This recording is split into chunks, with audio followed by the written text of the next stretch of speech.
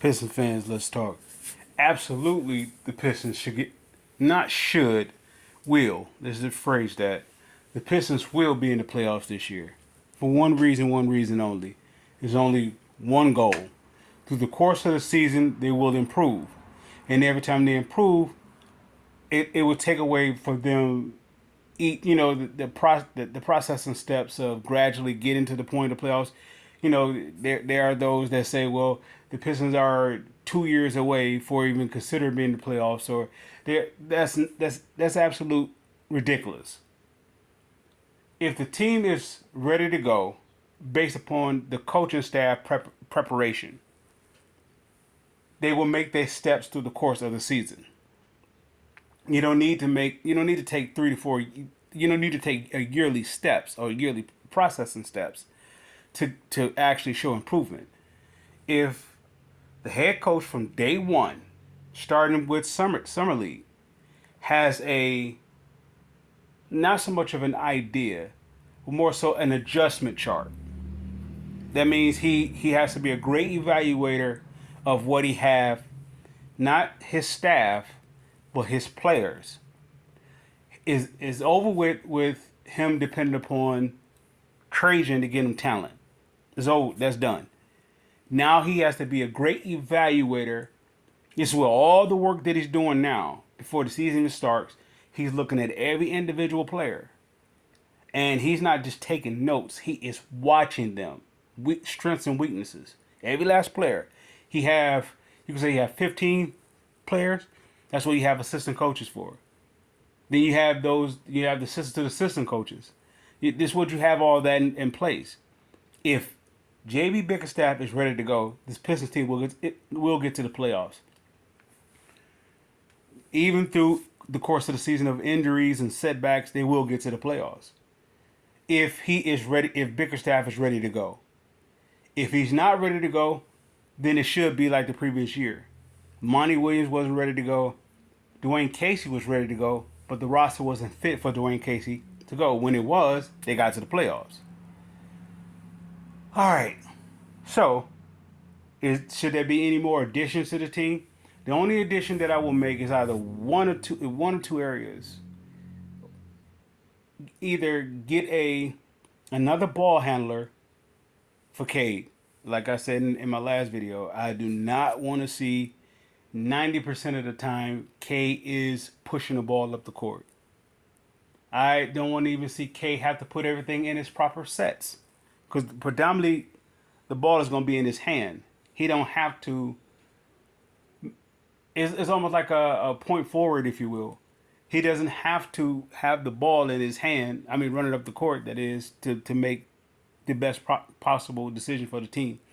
This once again, that goes back to the coaching staff. If they are properly positioning their players to excel and to succeed, this team would do leaps and bounds. It doesn't take long to do it. It just take a coach staff that has a game plan, and when they game plan, they have to have, I want to say, alternatives. Of course, you have to have adjustments, adjustments on the. I don't want to say on the fly.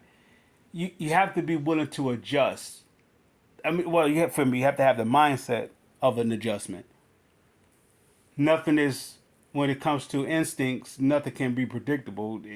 They try to make this. I want to say the schematics about the analytics to try to make the game that much more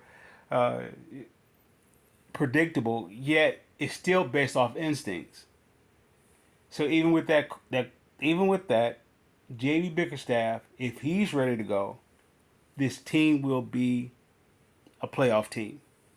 Once again, they do not have to take steps. And the second addition to this team, I would like to have somebody that's a bona fide threat in the middle. I don't look at Duran as the threat. I look at more so as Reed as the threat than Duran. Yet, if you put, you know what? I had Duran in my starting lineup. I'm going to change that. I'm going to change my starting lineup to Reed being my starting center. Why? Because Reed is going to give me possibly 2 blocks a game. That's all I need. I need someone that in that paint. I understand this is a 3 point scoring lead. I understand all that. I can care less about that. Because when the game still breaks down, it breaks down to half court. If if my wings are big, such as Asar and Holland, and even Clinton, they are big wings. You're gonna have to shoot over them. You're gonna have to be good. You're gonna have to be good. You're gonna have to be Steph and Clay, Kevin Durant good. You're gonna have to be good to shoot over that height. And I imagine they are close to, let's say, 7 foot plus with their wingspan. So I'm yeah, shoot over me. I'll take that all day. I'll take it all day. And this team, if the coach staff does their preparation correctly, this team would be too versatile on the switch also in comparison to before because this team is long. This is why I'm a huge favor. I'm in favor of Cade not having the ball pushing it up the court, and I would like for him to have a taller mate in the backcourt, even if that is Asar playing the shooting guard. I take it. Give me Cade, Asar, Tobias, Fontecchio, and Reed. I'll take that all day. And I'm not a huge fan. I'm not a huge fan or in favor of trading Duran. Yet he's not untouchable anymore. Jaden Ivey is not untouchable anymore. It's is a this team is this team have the pieces in place to have to have an identity. It comes down to the coaching staff not to say what the identity is, yet it comes down to the coaching staff if they have a system ready to go. This whole offseason now from this point on is all on JB Bickerstaff. Right? From this point on, let's say from the summer league on down, it was all on them to do they dot their I's, cross their T's, or you could say their homework on their players to put them in a winnable situation. No, this team should be in the playoffs this year, and I take that to anybody. Anybody that would say it takes process and steps. I disagree. It does. I saw my Pistons go from 32-50 to 50-32 in one season.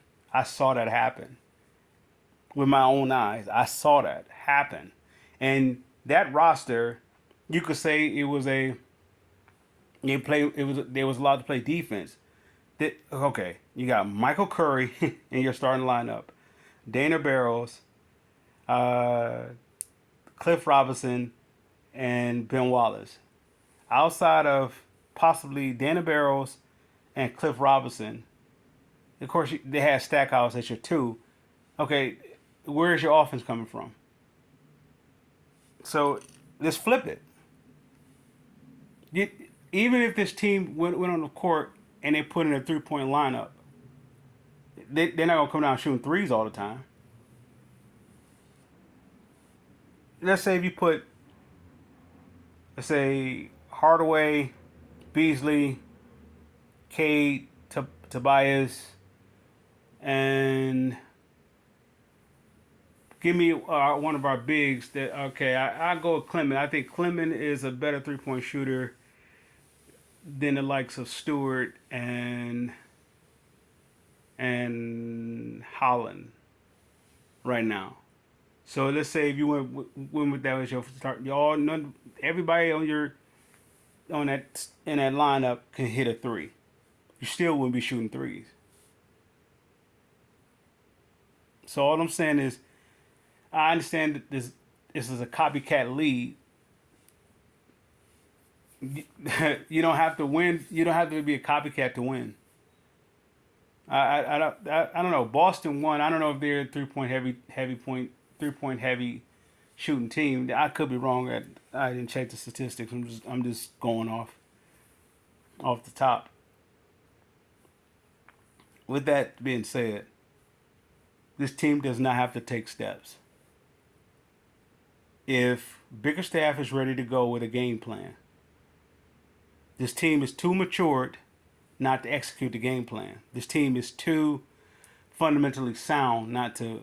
In other words, they're too fundamentally holding their teammates accountable. This team is too matured to not be ready to execute the game plan. Pistons fans, I salute.